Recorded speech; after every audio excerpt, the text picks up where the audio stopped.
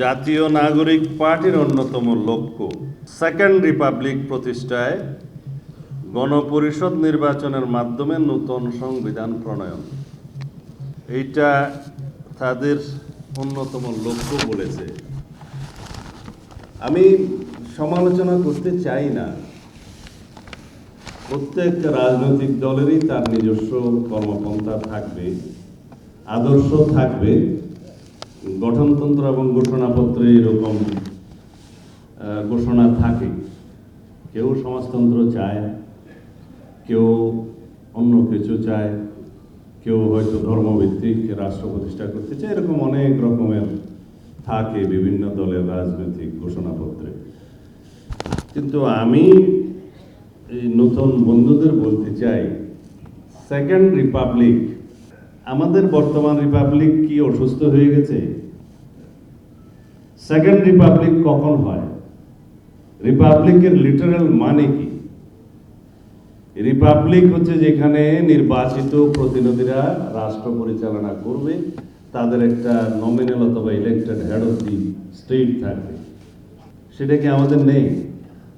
নতুন সংবিধানের জন্য আপনারা কথা বলছেন। নতুন সংবিধান যেটা হবে সেটা সংশোধনের মাধ্যমে, ব্যাপক সংশোধনের প্রস্তাব আপনারাও তো দিয়েছেন সংস্কার কমিশনে, আমরাও দিয়েছি।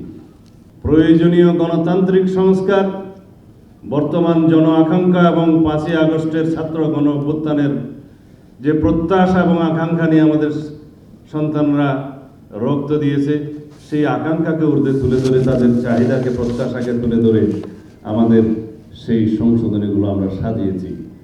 নতুন স্বাধীনতা এবং নতুন বাংলাদেশের যে তরুণদের চাহিদা, সেটাকে সামনে রেখে গুরুত্ব দিই। সেই সংবিধানের নাম যদি আপনারা নতুন সংবিধান দেন, ঠিক আছে, কিন্তু গণপরিষদ কেন বললেন আমরা বুঝলাম না।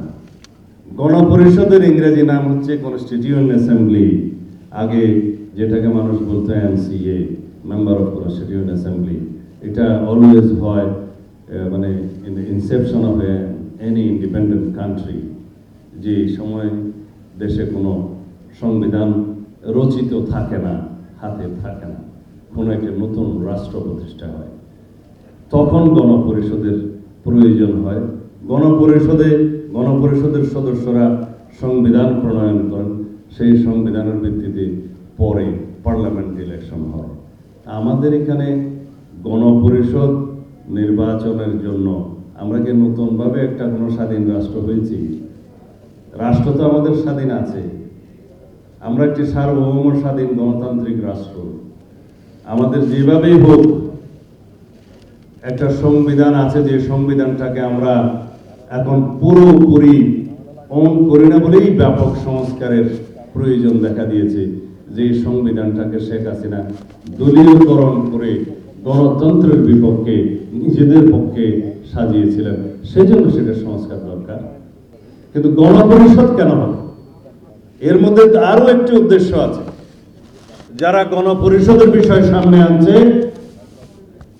যারা সেকেন্ড রিপাবলিকের বিষয় সামনে আনছে, হয় তারা বোঝে না, অথবা বুঝে আমাদের এই রাষ্ট্র ব্যবস্থাকে আরো দীর্ঘায়িত একটি গণতান্ত্রিক প্রক্রিয়ার মধ্যে নিয়ে যাওয়ার ষড়যন্ত্র আছে। যারা স্থানীয় সরকার নির্বাচনের কথা বলছে, আমি সবসময় শুনি মাঠে ঘাটে বিফোর দি পার্লামেন্ট ইলেকশন, তাদের একটি মতলব আছে। কারণ 5ই আগস্টের ছাত্র গণ অভ্যুত্থান কি মেম্বার চেয়ারম্যান ইলেকশনের জন্য হয়েছিল? দেশে পৌরসভা, উপজেলা চেয়ারম্যানদের নির্বাচনের জন্য কি 5ই আগস্ট হয়েছিল? তাহলে তারা কেন শুধু মেম্বার চেয়ারম্যান ইলেকশন নিয়ে আগে হবে এই দাবি তুলছে? একটা বিষয় আছে, সেটা হচ্ছে যত গণতান্ত্রিক প্রক্রিয়ার উত্তরণের পথটা যত দীর্ঘায়িত হওয়া যায়, ততই বোধহয় তাদের লাভ। কারো ক্ষমতা দীর্ঘায়িত হবে, আর কারো মনোবাসনা পূর্ণ হবে। সুতরাং পরিষ্কার শুনে রাখুন, মাননীয় প্রধান উপদেষ্টা, আপনাকে অতি শীঘ্র জাতীয় সংসদের রোডম্যাপ প্রদান করতে হবে, নির্বাচনের রোডম্যাপ।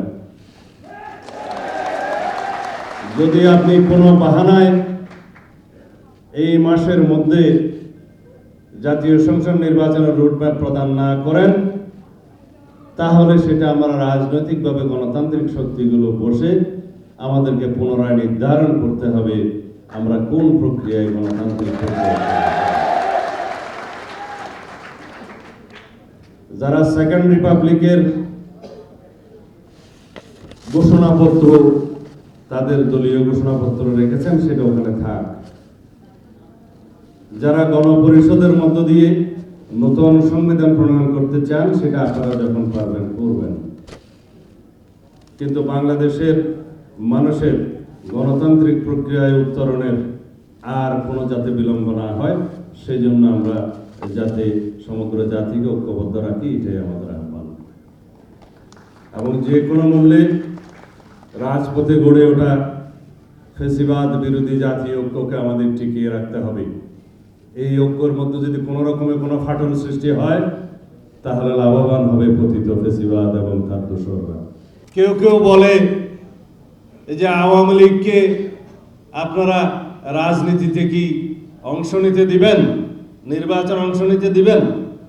এই দুটা ভাইটাল কোয়েশ্চেন। সরকার আইন প্রণয়ন করেনি, আইন পরিবর্তনও করেনি।